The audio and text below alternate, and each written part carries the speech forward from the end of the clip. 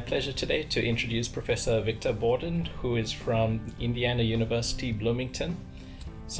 Professor Borden is in higher education and student affairs at Indiana University, and he's the advisor to several national bodies in the United States involved in statistics and data analysis in higher education. So he teaches an international class in the field of institutional intelligence and has published widely in the field with more than 100 articles and book chapters. He is presently visiting the University of KwaZulu-Natal, presenting a series of workshops on this topic of institutional intelligence, and we'll be chatting about this topic now.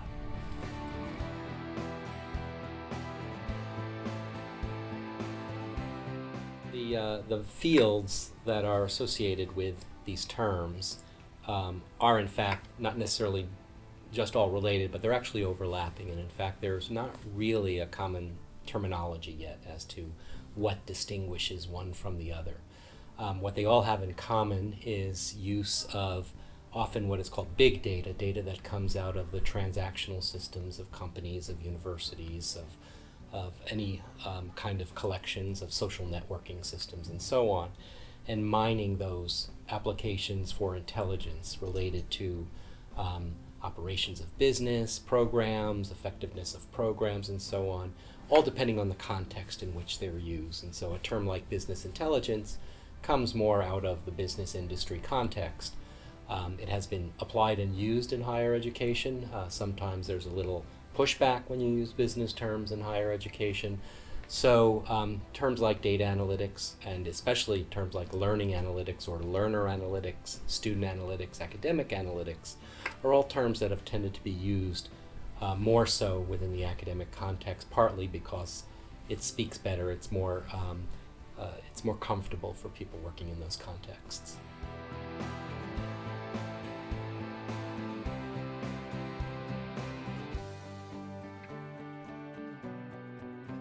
Definitely. Now, you mentioned data sciences. There's one that tends to be affiliated more with the academic study of things related to these fields.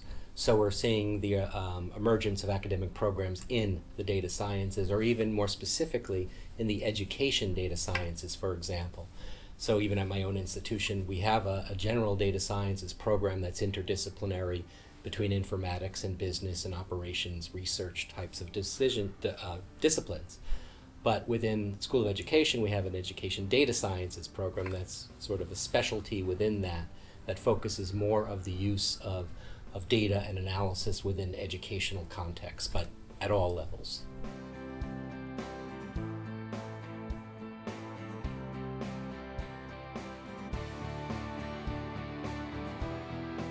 I think there are generally two domains that they have affected. One is in the people and the units that have been using data and analysis over the years already, like what we call institutional research in the United States, planning units, decision support units, and so on, that have been doing information support to decision making in higher education or program evaluation, that they have new tools to use within that realm. The other, though, is in the more operational realm, where we have folks in advising and in student support, academic support services, in teaching and learning offices and all those other contexts, who now have applications that use analytics that they have access to and can help them in their functions in either advising students or working with faculty more directly in terms of improving student success and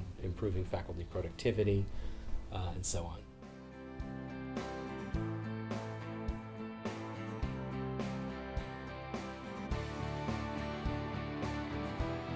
Right.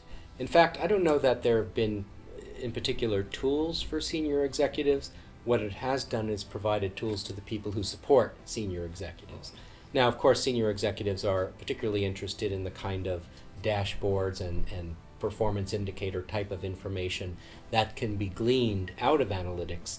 But in higher education, performance measures are not necessarily or not generally real-time measures. In some few areas they are, but generally they're much more periodic trends happening over semesters, terms, or years.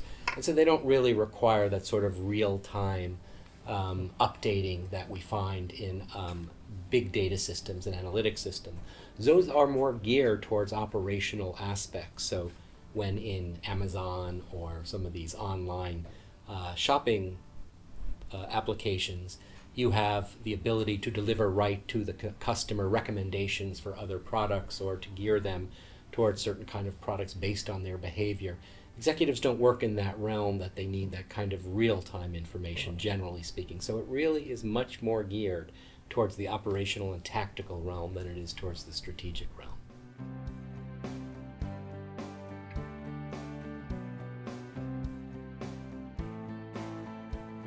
As with many of these kinds of things, more people are aware of it than know they are aware of it, just because of how it's affecting the tools that they use.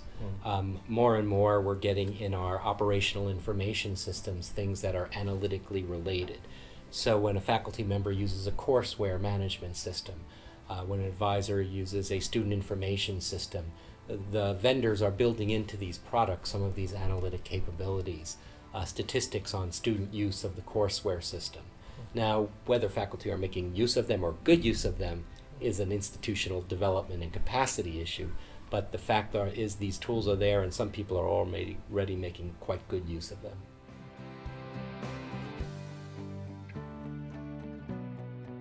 Well, I've been grappling, my background is in institutional research, so since the beginning of my career over 30 years ago, have been looking at how to harvest institutional data to help support decision making, to help support program analysis, planning, evaluation, and so on. And when I started, we were using mainframe systems and waiting 6 months for things to run, and batch programs, and even punch cards when I first started. Well, that has changed gradually over the years, and really a change that was perhaps most fundamental was the creation of the personal computer and the laptop, and the ability to put that level of processing capacity in the hands of end users that didn't require significant computer science training or engineering skills or even advanced math skills. So that, I think, was a lot more fundamental in changing and making accessible to analysts the kind of information needed. These days we're actually taking it out of the hands of the professionals, and now we're getting it where a lot of colleagues have direct access to information and are trying to figure out what to do with it. So I do remember years ago, faculty would come and say, I just need some more data, give me some more data. And I would, if they really wanted it, I would give them a dump of data, and they would look at it and say, what am I supposed to do with this? So there was a perception then that if you have data, you could answer questions. Well, these tools that have come along have helped people who don't necessarily have significant training in data analysis to massage data in various ways. And so now we're getting systems that are available that will let us know what students are at specific risk in what ways. And so we have tools that deliver that information, and it's the same question: what do I do with this? And recently we were looking at data in one of our systems, an early warning system, and we found that different classes were using the information to more or less of an extent. And so we looked at how was student success affected by the degree to which the classes use this early warning information. And we were quite surprised to find generally a negative effect. That is, the classes in which the system was used more, students were performing at a lower rate. Now, we haven't completely unpacked this, but one of the things that it really made us wonder is, well, if we're actually explicitly labeling students at risk, are they basically fulfilling an expectation that we've set for them? Now, when we look and unpack the data, we see it's not always the case that they perform less well. In certain cases, they do perform less well. But where we certainly come to realize there's a lot more to using the data well than just having it. And so the first thing you come to understand when you're in this space is that just getting the information can be as much harmful as it can be useful, and then you really have to start thinking about new capacities, new capabilities among staff to use that information effectively.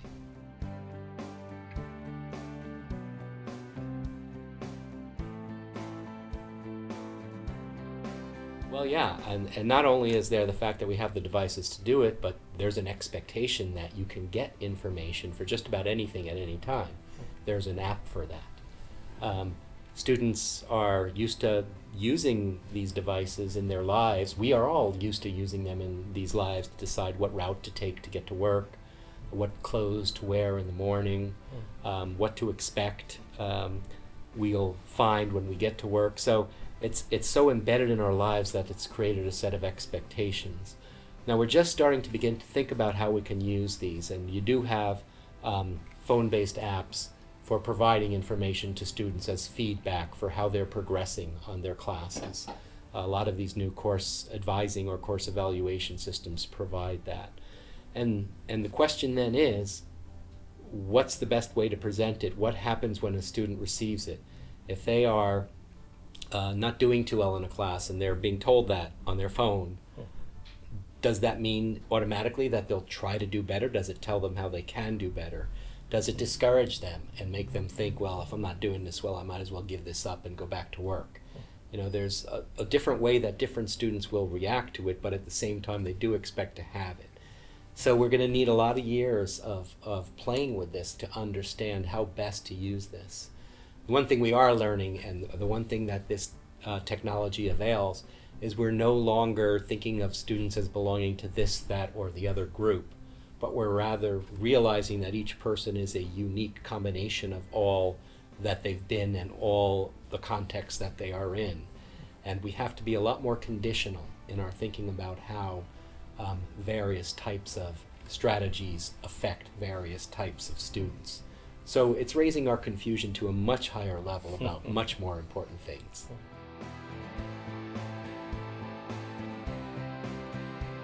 Again, there's sort of two sides to this. One side is the analyst and the different tools the analyst now uses, and the other is that the end user, the person who is trying to use information to support students or to provide advice to students.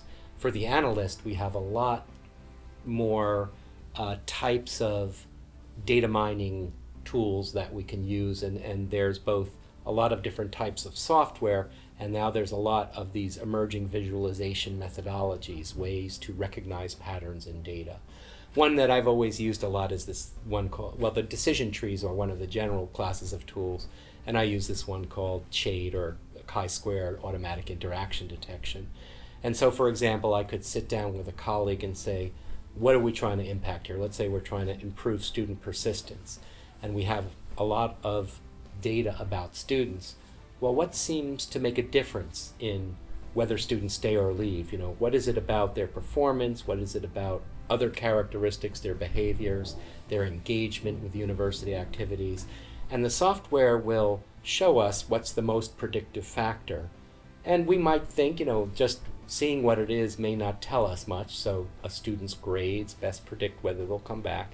So then the question becomes, well, what predicts the student's grades? And so within this system, we can then go down the levels of the tree and see, well, how do we get the students in the high?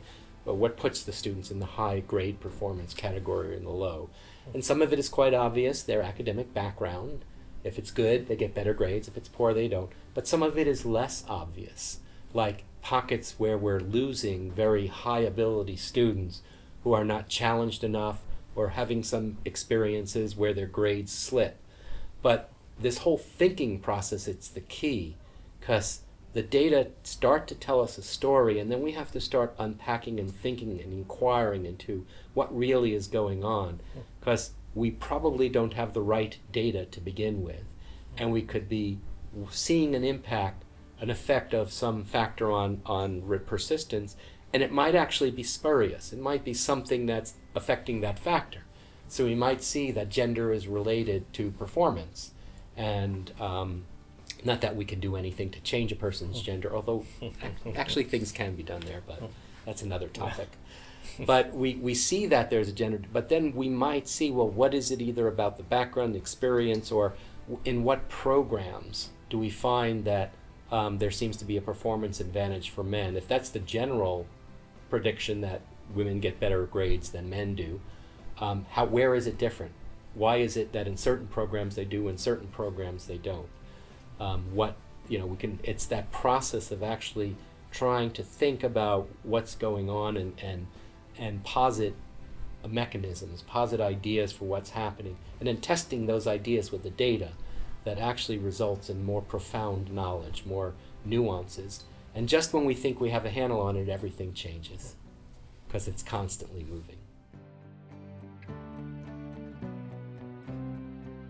Well, I think part of it is inherent in the kind of new tools that they will be coming across, and when course advising system is introduced, or when new data systems are made available at the university by which they can mine and look into the data. Part of it is using that, and then there are formal trainings people can do. Sometimes it could be fairly general things like using an Excel pivot table. But really the best context for this is when colleagues within a program, within a unit, a school, a college, or at the institution get together and think about, what's really important for us to focus on together, and how can we bring our various strengths together to examine this. And it's actually in that collaboration that learning comes. Each person contributes something, and they each take away something from each other. So I'm a big advocate for these kind of collaborative learning strategies at the organizational level, to find issues that are important to study and to do something about, and to have people bring their expertise. Because the one thing we have in great supply at universities is expertise. And the thing that helps learning the best is authentic experiential learning, when you're learning something in the context of using it. It's models we try and embed more and more in our teaching, and it also works as well with our administrative excellence and with running our programs well. And I think we're adept at approaching things as if from a learning perspective and learning together how to do things better.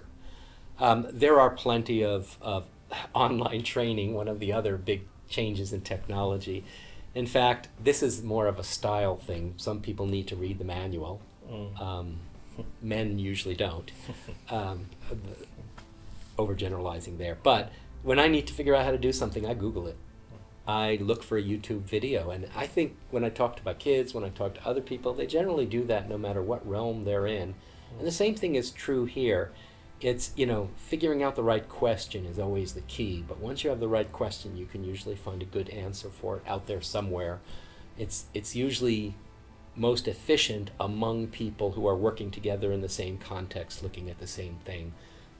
But there's so many ways to go out there and try and get some of this training.